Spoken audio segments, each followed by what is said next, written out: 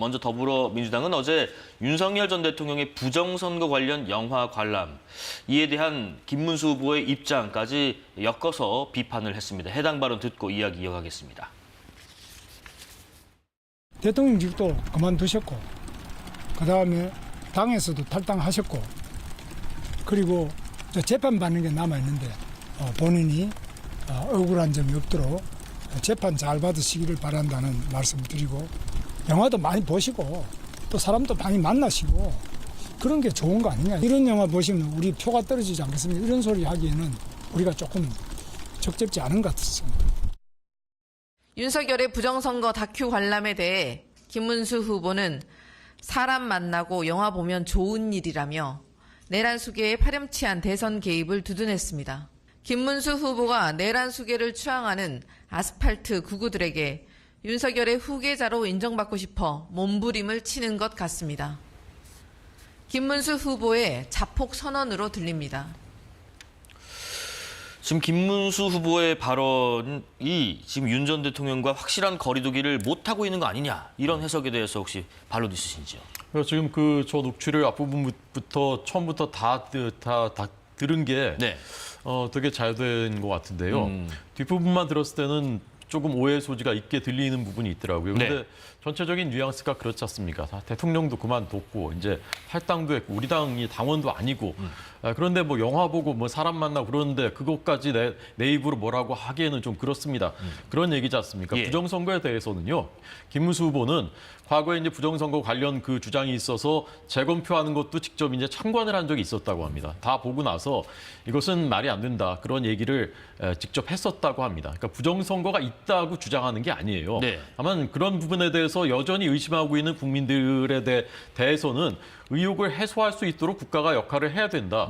이제 그런 입장인 것입니다. 계엄에 대해서 한 번도 찬성 또는 긍정적인 입장을 밝힌 적이 없고 심지어는 국무회의에도 들어가지 않았었고요. 그리고 네. 내가 있었다면은 적극적으로 말렸을 것이다. 이거 후보된 다음에는 공식적으로 사과 반성까지 했었습니다.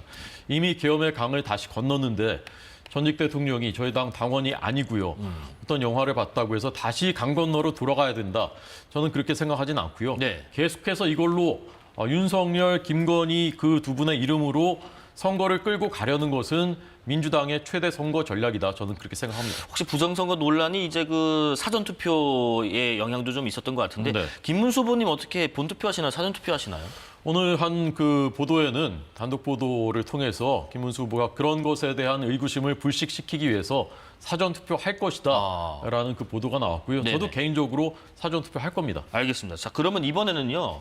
국민의힘은 이재명 후보를 향해서 이 호텔 경제학 비판을 또 이어가고 있습니다. 어려울 때는 국가가 빚을 내더라도 내수를 지원하고 소비를 진작하고 서민들의 소득을 늘려줘야 경제가 살고, 그러면 세금도 더 거치고 생산이 더 되면 경제가 활성화되고, 그러면 세수도 더 늘고 이 선순환이 되는 것 아닙니까? 국가 국채를 발행해서라도 내수를 진작할 방안을 찾아야 합니다. 예약하고 취소해도 돈이 돌면 경제가 살아난다는 말은 경제를 장부 숫자로만 보는 순환 노름일 뿐입니다. 급기야 어제는 이런 말까지 했습니다. 우리나라는 국민에게 공짜로 주면 안 된다는 희한한 생각을 하고 있다. 나라가 빚을 지면 안 된다는 무식한 소리를 하는 사람이 있다. 이게 국가를 책임지겠다는 사람의 말입니까? 네, 서영주 부대변인. 지금 네. 뭐 앞선 발언에 보태실 말씀 있으신지 먼저 궁금하고요. 두 번째는 국가가 빚을 내더라도 내수 진작의 방안을 찾아야 된다. 그 말은 결국 재원 마련을 국가 빚을 내서 한다는 것은 부담이 국민과 미래 세대에게 짊어지는 게 아닌가 하는 생각도 듭니다. 모든 정책에서는요. 네. 일단은 그런 여러 가지를 고려해서 정책을 하는 거예요. 한쪽 면만 보고 청년들한테 부담을 지우니까 이걸 하면 안 돼. 그리고 청년들의 부담이 되니까 이건 해야 돼.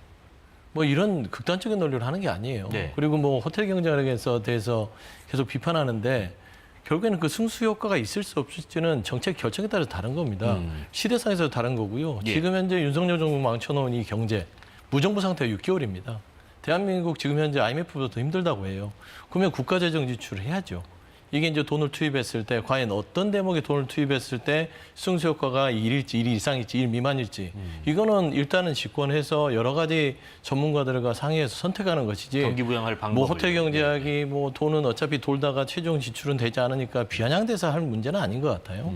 그다음에 앞서 얘기했듯이 김문수 후보의 그 윤석열 전 대통령의 부정선거 신의 심판 영화에 대해서 그런 아니라는 시각을 갖고 있다는 자체는 저는 국민의힘이 이번 대선을 치를 생각이 없나?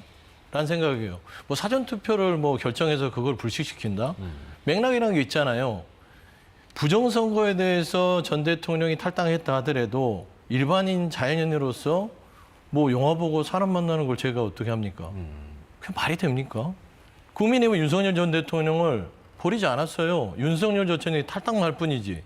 출당시켰습니까? 뭐 말하자면 제명시켰습니까? 아니잖아요. 심지어 부정선거라는 것은 대한민국 민주주의 시스템을 부정하는 것이고 음모론이고 네. 일부 유튜버에서나 나올 수 있는 것이고 정상적인 사고를 갖고 있다면 그 부정선거에 대해서 대법원과 선관위 공공국가기관이 없다라고 했는데 거기에 대해서 누구를 만나든 어떤 영화를 보든 좋은 영화 많고 좋은 사람 많습니다.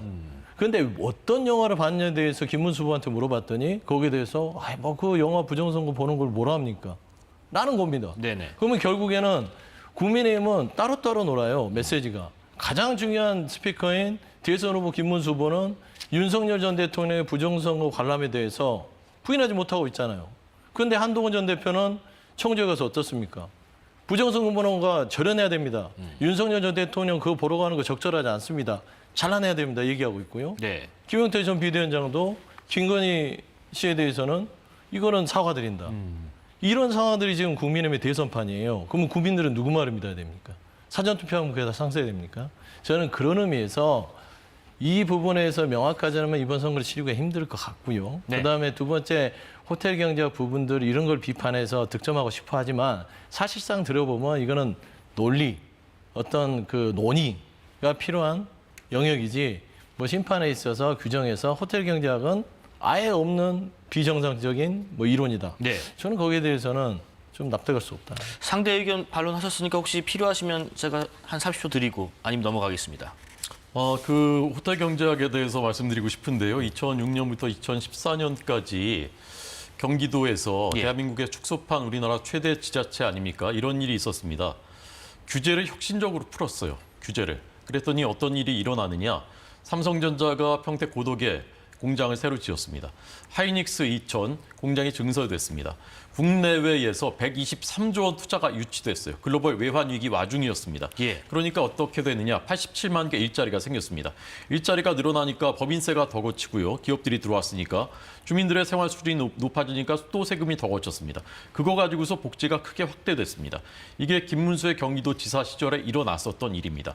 굉장히 간단한 경제 원리, 시장의 원리입니다. 기업들의 역할을 중시하고 투자할 수 있게 해주면 경제가 살아나게 됩니다. 규제 혁신이 거기에 중요한 고리인 것입니다.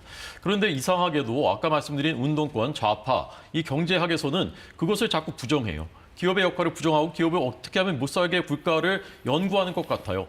기업을 중시한다고 말은 하면서 실제로는 상법 개정안, 노란봉투법, 그다음에 중대재해처벌법 이런 것들 계속해서 만들어냅니다. 네네. 그러니까 그 정상적인 걸 부정하다 보니까 나오는 얘기가 소주성한다고 해요. 어떻게 됐습니까?